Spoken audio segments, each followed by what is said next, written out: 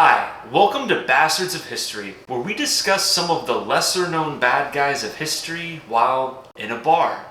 We explore each of these dubious and ethically challenged characters in 20 minutes or less, and of course, at the end, I will give you our ranking for each historical figure on the scale of bastardness. For today's Bastard of History, we are headed to the New World in colonial America for the life of Cotton Mather. So, let's make a drink and get started.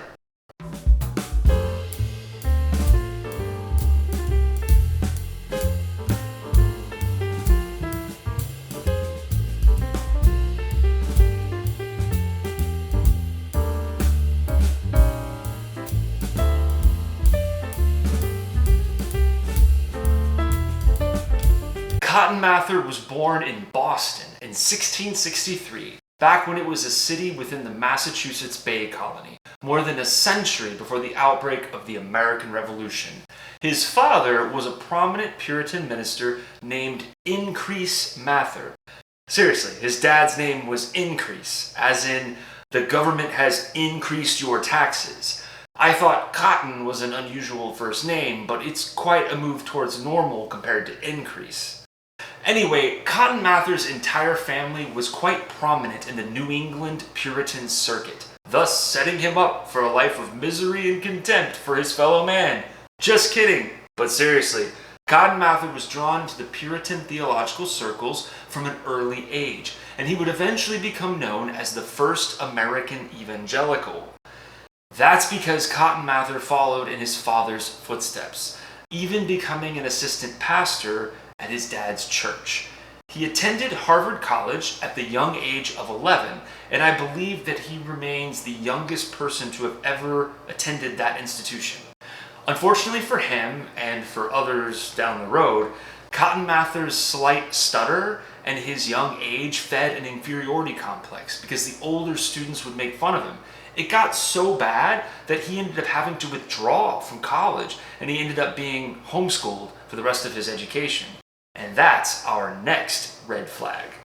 But Cotton Mather in many ways is the archetype of a serious, educated theologian, not just some carnival barker or roadside pastor. He is a very bright and thoughtful Puritan Christian whose beliefs are grounded in knowledge of Scripture and other disciplines as well. This is demonstrated by Cotton Mather's immense interest in science and medicine. In fact, he considered pursuing medicine for his career instead of the ministry. And I think the world would have been better had he done so. So, for those nodding off amidst this dull New England backdrop, Cotton Mather is a young guy with an odd name, whose dad had an even odder name. He is the youngest person admitted to Harvard College. His family is distinguished and devout in New England Puritan circles, and he is set to become a prominent evangelical pastor in New England. So, how did Cotton Mather end up on our list of bastards of history? Well, let's take a sip and find out. In 1689, when Cotton Mather was 26 years old, a revolt called the Revolt of 1689 happened. I admire the simplicity of the name. Essentially, the British Crown had revoked the Massachusetts Bay Colony's charter, and they were in the process of stripping away its local government and reorganizing the colony into a larger New England conglomerate. Why did the British Crown want to do this? Well, they wanted to curb the influence of the Puritans and reorient the colonists more towards mainline Protestant views. Obviously, the entire Mather family was pissed and did not like this one bit. So, when the British Crown appointed Sir Edmund Andros to be governor of this supposed New England colony, the Puritans lost their shit and started protesting. Cotton Mather's dad, Increase, even sailed all the way to England to lobby for a switch back to the old ways. Back home in Boston, Cotton Mather was a leading figure in the opposition to Governor Andros. He even had a few warrants out for his arrest. That's how vocal and active he was in fomenting resistance to this shift in governance. Cotton Mather even read a declaration to a crowd in front of the Boston townhouse, laying out their grievances and justification for their revolt. Oh boy, I wonder what kind of precedent that will set for future colonists. The Puritans' efforts worked, and a new charter was issued for the Massachusetts Bay Colony. Now, why is this relevant to Cotton Mather's story? Because it emboldened the young man and his Puritan acolytes. It showed that Cotton Mather and his fellow Puritans could use their intellect and political will to effect change. And while nobody was seriously harmed in this so-called revolt, the same could not be said for Cotton Mather's next big involvement. Just a few years later, in 1692, began what we all call the Salem witch trials. Now, this is not a video about the Salem witch trials. It is about Cotton Mather, so I want to focus on his involvement specifically. In the run-up to the Salem witch trials, in 1689, 26-year-old Cotton Mather published a couple of works regarding witchcraft, specifically relating to the case of some young children who began to suffer from fits of hysteria. An Irish woman was accused of witchcraft, and curiously she confessed to actually attempting to curse people with dolls. Cotton Mather himself visited the woman in prison and even interrogated her. She was hanged for witchcraft, and Cotton Mather argued strongly that witches and devils are real and are present among us. He firmly rejected any naturalistic explanations for why the children had suffered these fits of hysteria. Cotton Mather's writings drew a lot of attention and absolutely paved the way for the madness and terror of the Salem witch trials. And this is the reason I brought up the revolt of 1689 earlier. Had it not succeeded, it's quite possible that Cotton Mather and his Puritans would not have had the same political clout. And it is very reasonable to speculate that this whole thing could have gone down differently if the British Crown had carried out this reorganization of the colony and its governmental structures. Nevertheless, in 1692, accusations of witchcraft and sorcery emerged in Salem Village. Now, Cotton Mather was not directly involved. It was the governor of the colony, Sir William Phipps, who called for the special tribunal to try those accused of witchcraft. However, Cotton Mather knew the judges personally and even wrote to them in detail about how to proceed with these trials. Some people offer a modest defense of Cotton Mather on account of the fact that he specifically recommended the death penalty only for the most egregious witches and warlocks, whatever the fuck that means. He also argued firmly against allowing any spectral evidence, which is a scholarly term for people claiming they saw a ghost of the accused witch, even when the accused person was physically somewhere else at the time. Even amidst the crazy backdrop of the Salem witch trials, I concede that Cotton Mather is trying to insert a small dose of sanity to a situation that is rapidly spiraling out of control. Nevertheless, as we all know, the trials proceeded with the inclusion of spectral evidence, and after Bridget Bishop was hanged based on spectral evidence, Cotton Mather criticized this reliance on spectral evidence, but he also defended this persecution of so-called witches. He preached sermons full of fear-mongering about the presence of witches among the colonists, and there are reports that he was present at some of the executions. So, he fanned the flames at a very critical juncture. And even though Cotton Mather claimed he did not approve of this wildly baseless and sensational form of spectral evidence, after 11 poor fucks had been executed for witchcraft based on unreliable visions and hearsay, Cotton Mather wrote to one of the judges, congratulating the smug fucker. So, Cotton Mather claims he's against the worst excesses of what's happening, but then goes and celebrates it after? And all the while he's whipping the colonists into a frenzy? 19 people were eventually hanged for witchcraft. Another man named Giles Corey was pressed to death with heavy stones because he refused to enter a plea. There's even an aside that he just told them to keep piling it on as he had no interest in participating in this madness. A few others likely died under poor conditions in jail cells, so we have about 24 dead. And while Cotton Mather was not officially involved in these proceedings, he was a prominent and well-connected figure who laid the groundwork for this mass hysteria. He was in direct contact with the judges. He used his pulpit to promote paranoia and exacerbate the situation. And when it was all over, Cotton Mather actually wrote out a defense of this horror show. Others repented later in life for their involvement in this horrible event, but Cotton Mather never did. His own father, Increase, was opposed to the Salem witch trials, and their relationship was strained by Cotton's public support of this total fucking madness.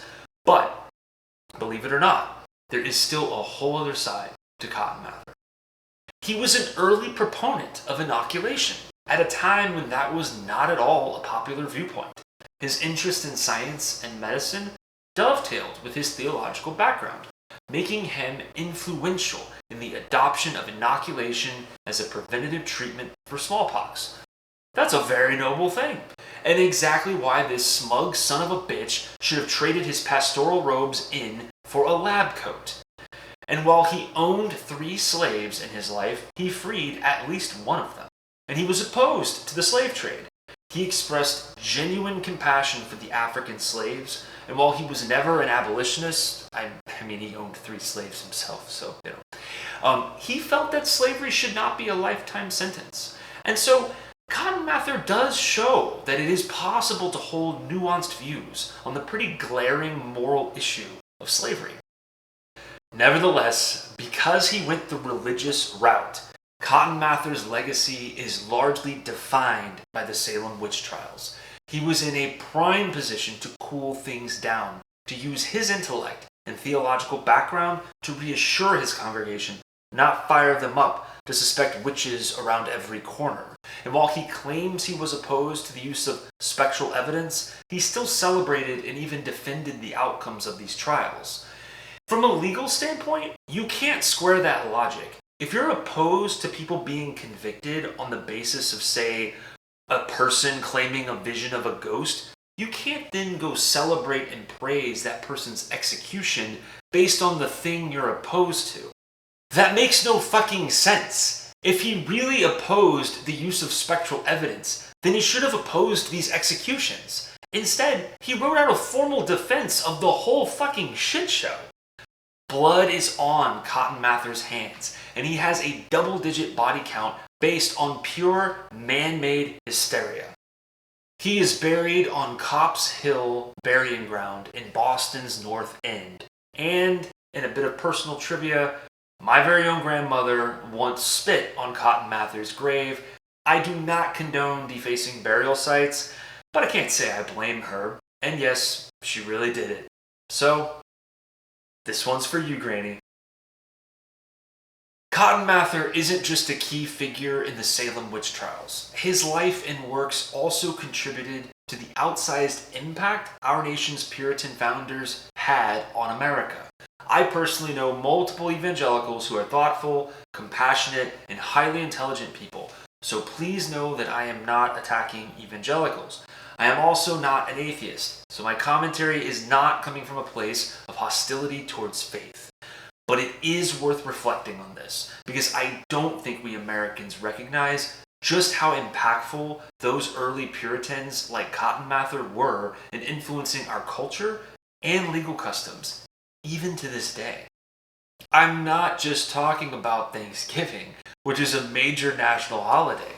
The way we approach certain vices like alcohol, narcotics, adult content, prostitution, gambling, and even profanity is considered odd to many other nations. You can't pay someone for pleasure, but if you film it, it is now legal to distribute, but with heavy restrictions. Adult film actors have a hard time, no pun intended, getting credit or even finding a bank to store their money.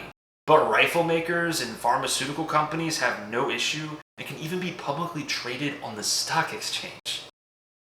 In America, at age 18, you can drive a car, you can vote, you can serve on a jury, you can buy a whole arsenal of firearms, you can serve and even be forcibly drafted into the military. And until recently, you could buy cigarettes, but you still can't buy a beer? Even advertisements for alcohol can't actually show a person drinking the beverage. Have you ever noticed that? Yeah, in America, you can't show someone drinking a beer on TV to try to sell the beer, but you can show them holding it and pouring it and having a good time. If I was making these videos to sell martinis on TV, I could not do this.